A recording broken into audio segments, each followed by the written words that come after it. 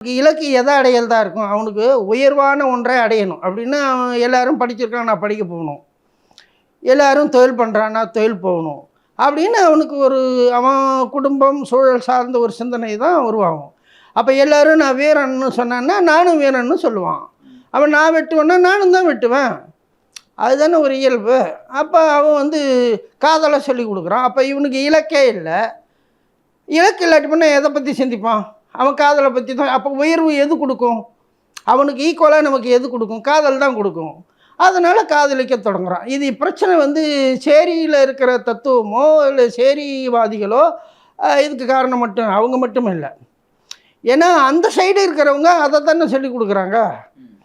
இப்போ நாங்கள் அரை ஊர், நாங்கள் பெரிய சத்திரிய குலம் அப்படின்னு சொல்கிறாங்க. சத்திரிய குலம்னா இன்றைக்கி கூட ஒரு பையன் வந்து ஒரு பேட்டி பார்த்தோம் ஒரு யூடியூப் சேனல். ரொம்ப அற்புதமாக அந்த பையன் கொடுத்துருக்காப்புல. இப்போது ராஜான்னு சொல்லி ஒரு பையன். அப்போ வந்து என்னென்னா, நீ என்ன சொல்லி கொடுக்குறியோ அதுதான் அவன் சொல்லுவான். ஒரு சத்திரியன்னா நாட்டுக்கு மக்களுக்கு அறத்தை நீதியை தர்மத்தை அவன் சொல்லணும். அப்படி யாராவது இங்கே சொல்கிறாங்களா?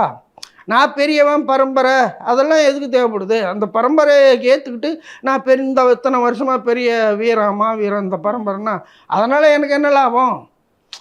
உன் பரம்பரை எதுக்கு? உன்னுடைய தனித்திறமை உன்னுடைய அறிவை திறமையை வந்து வெளிப்படுத்துறதுக்கு பதிலாக நான் பரம்பரையாக அதுன்னா நீ யாருன்றது தான் கேள்வி.